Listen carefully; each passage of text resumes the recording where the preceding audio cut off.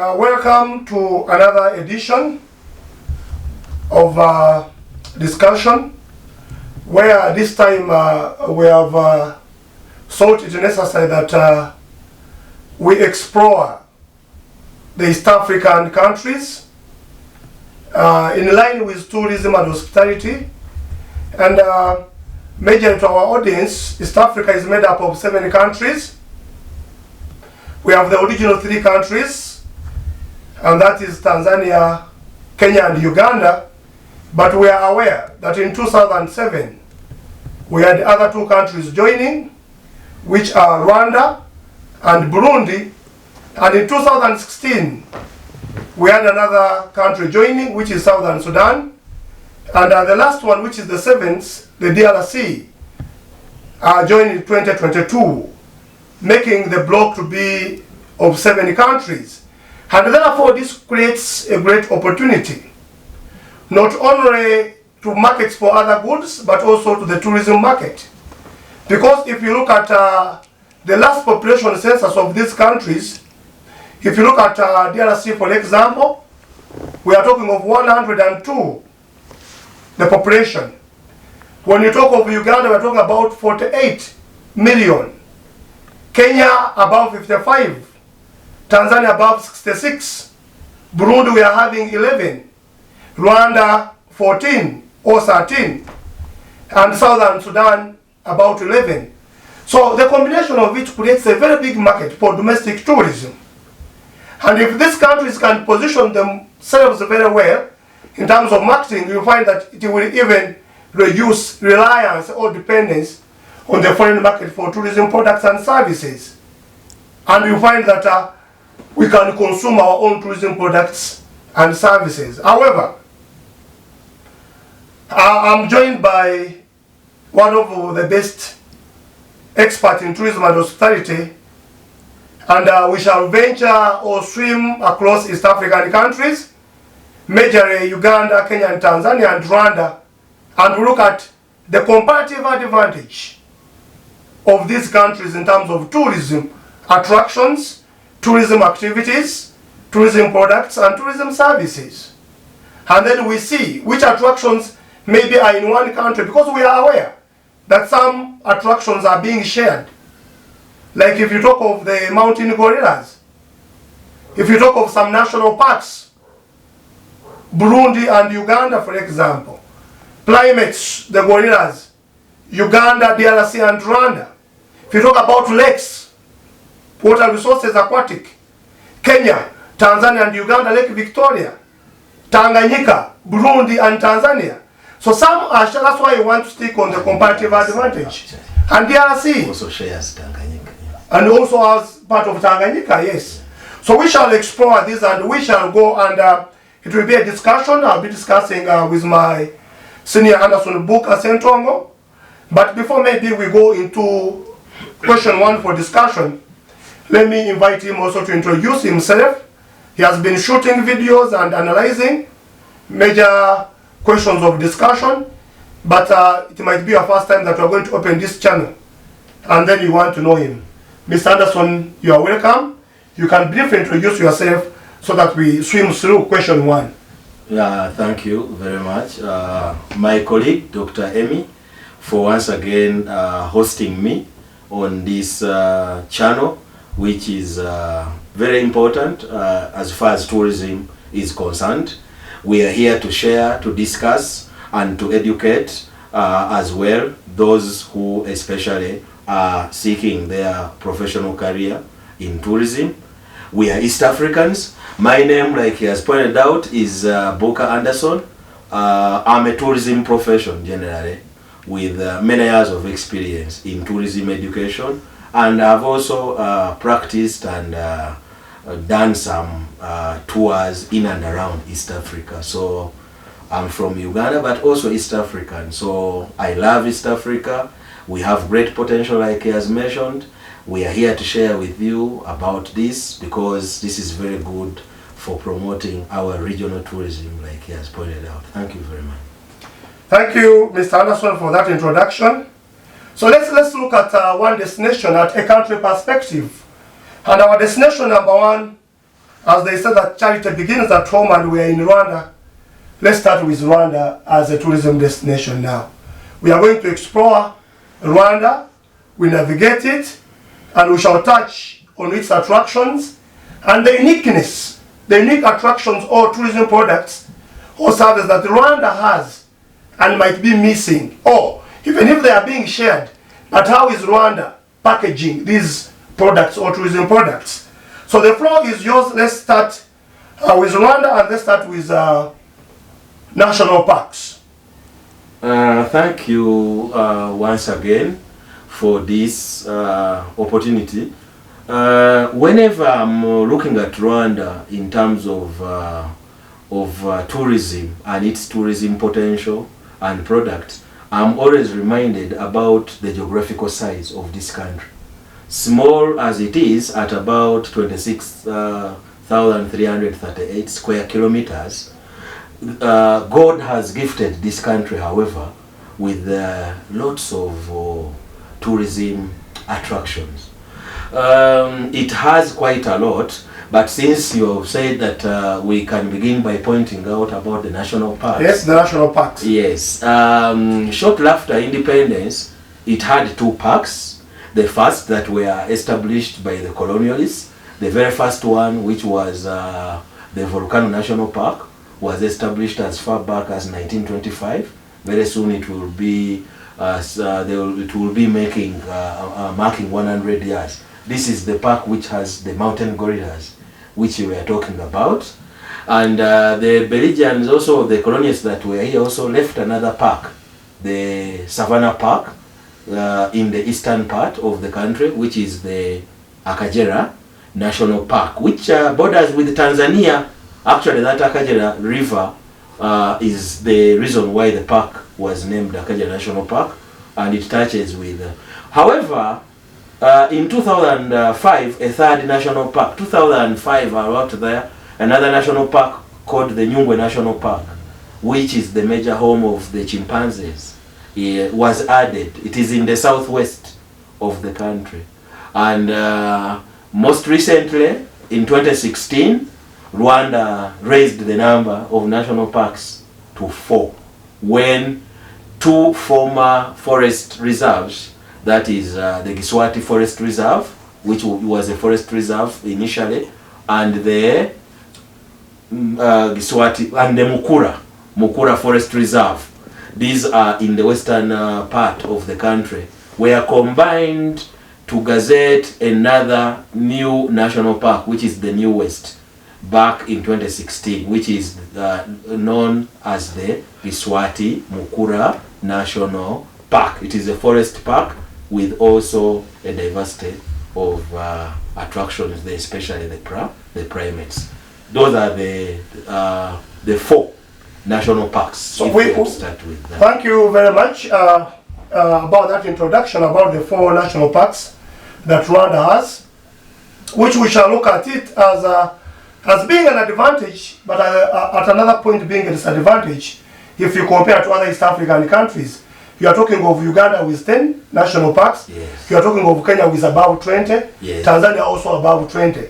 Plus national reserves, game reserves, and national parks. But we shall look at that.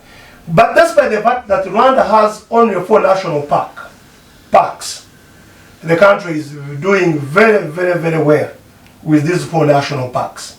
So let's go to Volcanoes National Park. Yes. And its famous attractions. And I want you to touch on this point. If you are on Volcanoes National Park, touch on the mountain gorillas, and then the pricing also as a strategy. Because per statistics, Rwanda sells its mountain gorillas for gorilla tracking at $1,500 US. Yes. Uganda, it is in between $600 and $700 US. Then DRC is $300, $400 US. They are all mountain gorillas. Yes. So could you maybe take us into that? And why that price? Yet the country receives more gorilla trackers vis-a-vis other these countries. Yeah, okay, thank you. If we are to start by the question that you put about what is in that volcano park, you already mentioned the mountain gorillas, That's the #1 attraction in Rwanda also. The cash cow. The cash cow for tourism in Rwanda. And it is the main one there. Although there are others like the golden monkeys also, which is another popular primate. I talked about it in one of the earlier videos which we did. But the park has the volcanoes themselves, which are about 5 of them, which are part of the Virungas, which are very good for hiking, and has other attractions in there, including a very important historical site to gorilla tourism, the Diani Fossey site. For those who don't know Diani Fossey, this is a lady who spearheaded the conservation efforts for gorillas in this region, and she actually died from within Rwanda here, and a very important historical site. Her tomb, where she's buried, is an important attraction site now in this park. And the Diani Fossey Gorilla Foundation, which was set up, which supports conservation of gorillas, is credited to her name. But back to the... Maybe before you go that, you talked about her death. Yes. So we could want to elaborate as in she died within what was the cause, so that maybe our audience is clear about that, because if you just say she died within... Her death is attributed... She was a victim of those that were anti-gorilla conservation. And by this, in tourism, I mean these were poachers that felt that her efforts to conserve the gorillas was detrimental to their efforts to poach and kill the gorillas for their meat and skins and all that. So they are the ones who killed her in this park. She died in the line of duty as she was promoting conservation at the hands of these poachers. That is the cause, if I think I've answered quickly. And as you have said, that's why we also want to show a vote of thanks to the government of Rwanda through RDB, which is in charge of tourism and conservation, because now those poachers now, of course we cannot rule it out to 100%, but poaching has been reduced to a low extent because of the park management involving the host communities into conservation practices, and the local communities now around this park of Volcanoes, you are aware, the last time we visited it, they have been engaged in a lot of tourism activities. And maybe there are even policies, the tourism revenue sharing, yes, which was 5%, now it is 10%. They have markets for their agricultural products. Their kids are being taken to schools. Health centers have been created. So we might talk about poaching and then want to clear it out. You can't rule it out because mine is very, very, very hard to control. So former poachers are now involved in conservation. In conservation. Yeah. Okay. So back, that was a good diversion. But back to the question on the gorillas. Yes, you talked about the pricing. Indeed, it is true. The gorilla permit in Rwanda, in comparison with the other 2 countries in the region which have gorillas, is the price here for the permit is highest at 1,500, as you rightly put it, for foreign tourists. By the way, now also for local tourists, because initially local tourists and locals and East Africans, we had a separate price, but now there were changes sometime before the COVID pandemic set in, and we all have to pay 1,500, which is quite high. But to answer the question, this pricing strategy was put in place by the Rwandan government through the RDB that is in charge of tourism marketing, purposely as well to promote the product of gorilla tourism, but also other tourism products in Rwanda to a high-end tourism market.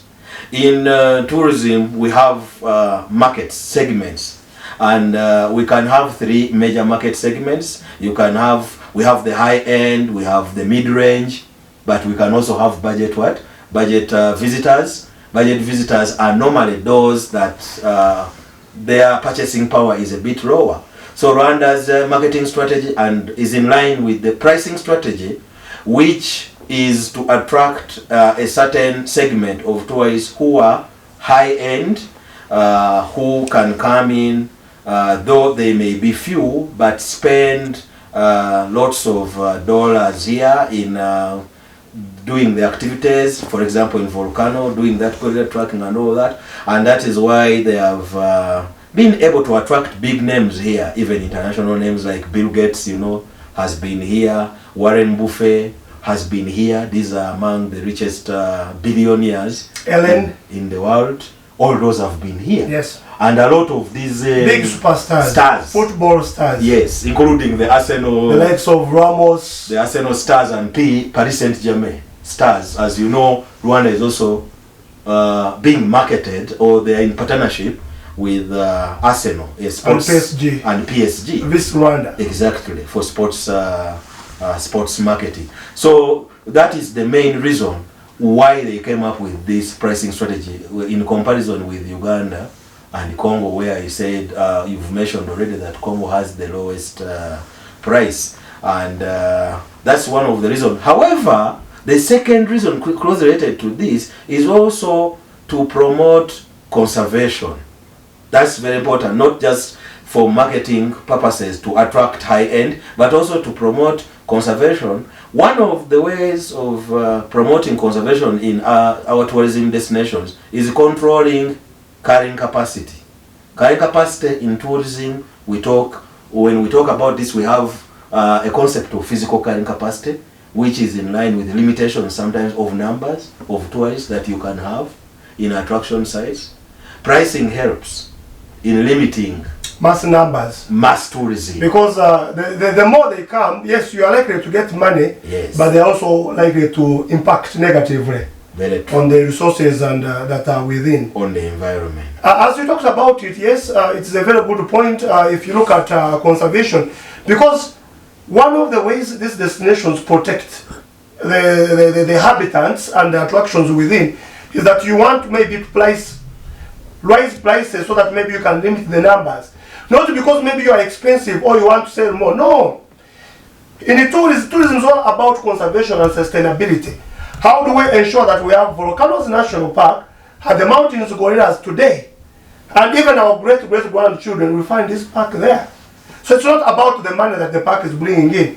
But the moment you just want to sell, more people will come, but you have dangers on the park. You've put the icing on the cake on that one. So. But I would also want to raise this question to you as you conclude.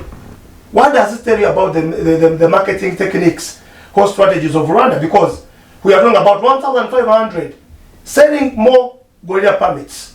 Though we have talked about conservation, yes, being another reason. You get it? Yes. Yet these countries also, they are doing marketing. Uganda, they do also marketing. Yeah. But Rwanda still sells much, yes, of gorilla permits. Would you maybe tell our audience about the best marketing practices that Rwanda is using? The reasons. Yes, this kind. That's a very good question that you have put across on marketing. Marketing is one of the areas in tourism or tourism marketing where I'm very interested, and is one of the areas which I've been teaching for many years on tourism and hospitality marketing.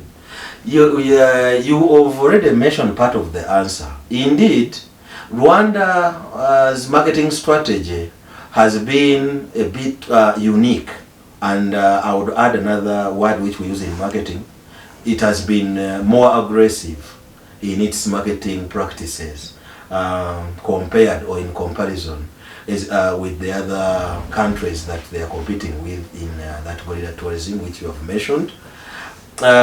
Indeed, they have used lots of platforms at international level.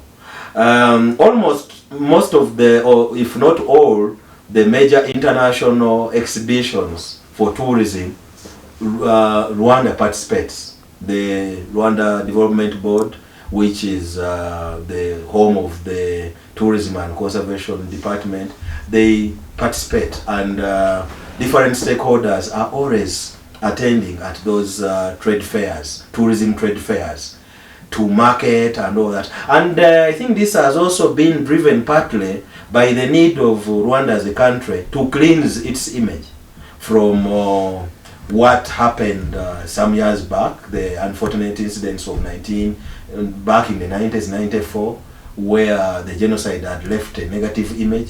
So that part of the aggressive marketing strategy has been driven by the need to cleanse the image, the international image, which in tourism is about the perception that international tourists have, from the bad that it had become to the good. And through this, several marketing practices have been used. I've mentioned international tourism exhibitions, local ones like the gorilla naming ceremony, the Kwiti Zina, which has been used using the gorilla as a brand and also bringing in international visitors here. Which is also next month, September. September. It is held every year in the Volcano National Park itself, which we are talking about.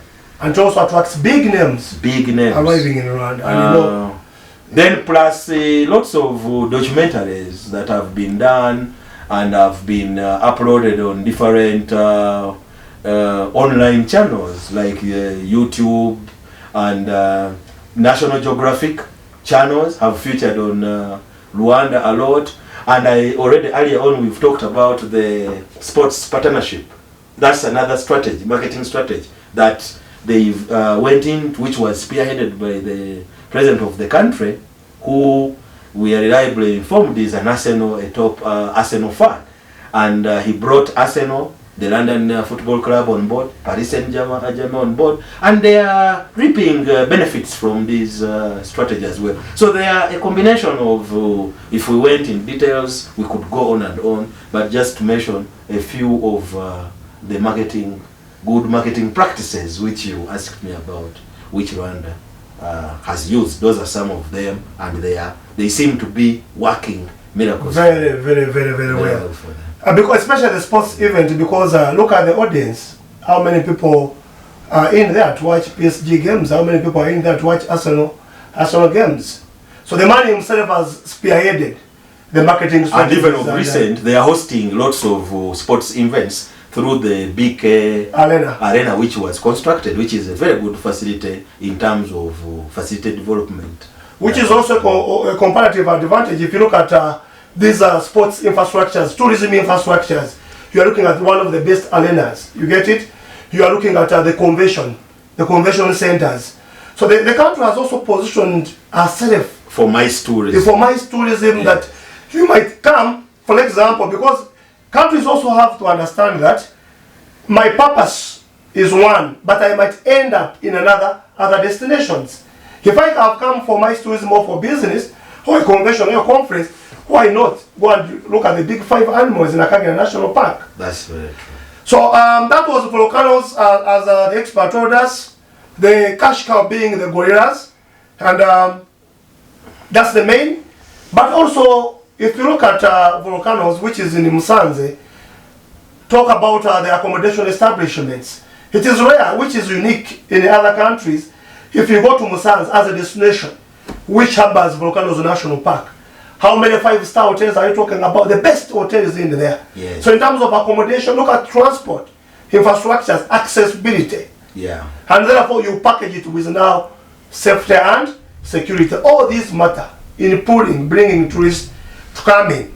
That was Volcanoes National Park. Which is just one of the 4. Which is one of the 4. Yes. But we want also to look at Akagera National Park, because we are still in Rwanda, and our expert will tell us about the big 5 being the major attraction in Akagera National Park. Both the day game drive and the night game drive. Thank you. Once again, yeah, you're good enough. You've already touched on the main major attractions there. Akagera National Park, like I already mentioned, is the second oldest park, established far back in 1934 during the time when the Belgians were in Rwanda. The park is, it used to be one of the biggest. Now it is remaining with slightly above 1,000 square kilometers. The major tourist attractions there, like has been mentioned already, are the big 5, which we talked about in an earlier video, which is also the main one of the major wildlife products of East Africa. Akagera Park has them. Those are lion, leopard, buffalo, and then lions had become extinct, but were reintroduced in 2013. They had become extinct because of poaching earlier, and also because there were human-wildlife conflict. Their cattle-keeping community nearby, they had become a danger to their animals, and they had killed and poached most of them and poisoned them and all that. But now a solution was sought to that, and the park management established an electric fence, so they are now back and they are safe. The population is growing. They were brought in back from South Africa. They are reproducing. The population is growing. Leopards are there. Elephants are there, though not a very high population. So the big five, indeed, they were brought back so that Rwanda could also be able to compete. Because here we said we are discussing and making also comparative discussion and in comparison with the other countries. It's without the big five, it was still not able to compete favorably. But the reason they reintroduced rhinoceros also, which had become extinct, just like the lions, was to enable Rwanda to compete at least, so that also tourists would not only look for big five in Kenya, Tanzania, and Uganda, but could also be assured of getting them in Rwanda when they come for gorillas and other primates. So that park, Big Five. But that park also is very rich in birds. It has the highest bird species population. 525 species of birds approximately have been recorded. So in terms of birds, it is rich in birds. Lots of birds found in that, because many of these are also birds that inhabit the many lakes which are found in that park. More than about 10 lakes are found in that small national park of about 1,000 square kilometers remaining. So that park has lots of other animals, which, however, because we are limited in this discussion, yes, I don't want to go into all those details. I've highlighted the main ones. Thanks for the discussion about Akagera, as he put it right, so that Akagera can also compete favorably, because we're having the big five animals in Uganda. Makshon Falls, Queen Elizabeth, Kidepo, they are there. When you go to Kenya, Masai Mara, Tanzania, Serengeti, they all have. Yes. So the Rwanda thought it necessary also to introduce, as he said, they were there, but because of human and wildlife conflicts, then man, he talks about poaching. But we should also thank the Akagera, because there's a new product, the balloon rides, air balloon rides, where you can pay it and then you have that aerial view of the whole Akagera National Park, scenic beauty of the park. You are looking at the park from top. So the air balloons, which are rides, which also a comparative advantage and its uniqueness. So the country always wants to do something that maybe other destinations are not doing, because it is also has been introduced, and people now, instead of driving on the road, you can also see all these animals, see the water resources in the air. Yeah, this air balloon safari farm, to comment about it, is a product idea that, however, they could have borrowed from the other East African countries, because one may argue that Kenya already had this air balloon in a good number of its parks, even in Masai Mara, and they were using this. Serengeti, which is a park which I've also even visited, had this air balloon, and Uganda had introduced also in the Queen Elizabeth. So again, Rwanda felt it important to bring this air balloon safari, because in terms of diversification of tourism products, these are some of the issues which we normally discuss about in tourism product development and diversification. So the air balloon now is also right here in Akagera, brought in by the new park management that also is managing several other national parks in Africa. Probably they then felt that this would also help in improving the tourism there. Let's maybe go quickly to the other remaining. But maybe before you go there, we can explore one and then we finish it. Before maybe we touch another country. National parks. Yes, but maybe on Akagera National Park. Yes. You talked about the big five, and I want to simplify it for our audience. You mentioned them. The big five animals are lions, leopards, elephants, buffaloes, and rhinos. And our audience should know, they are not called the big five because of their size, no. Yes. It's not because of their size. But there are two reasons that explain why they are called the big five. One is that their nature. It is very difficult to hunt them by man. People have the gloves are not there. So because someone might ask, a leopard, a small of the cat, how is it a big five animals? Yeah. So basically, that's the kakela. For the rhinoceros, actually, Akajira has both species, white rhinoceros and black. Okay. Yeah, they are now both available. Black were brought in first, and white now are also available. So that is Rwanda. So we could talk about the Sad National Park, Yes. which is Nyungwe.